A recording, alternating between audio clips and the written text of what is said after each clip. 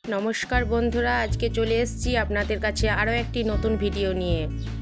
চুড়িদারের হাত যদি ছোট কাপড় থাকে চুড়িদারের কাপড়টি, তাহলে কিভাবে বড় করব এবং লেস লাগিয়ে কিভাবে সুন্দর করব সেটি দেখে নিন। প্রথমে আমি কাপড়টিকে সমানভাবে কেটে নিয়ে সেলাই করে নিচ্ছি। এবার সেলাই করে নেওয়ার পর নিচের অংশটি দুমড়িয়ে সেলাই করে নেব। দুমড়িয়ে সেলাই করে নেওয়ার পর আমি যে দুটো অংশ থাকবে দেখতে পাবেন আপনারা সেলাই করার পর, এই যে দুটো অংশ আছে এই দুটো অংশে লেস বসাবো। লেসটা আমি এখন ঠিক করে নিচ্ছি। এবার লেসটি বসাবো। লেসটা ভালোভাবে ধরে সেলাই করে নিতে হবে। দুই দিকে লেসটার দুই দিকে সেলাই করে নিতে হবে। তারপর নিচের অংশটিতে আবার একইভাবে সেলাই করে নিচ্ছি।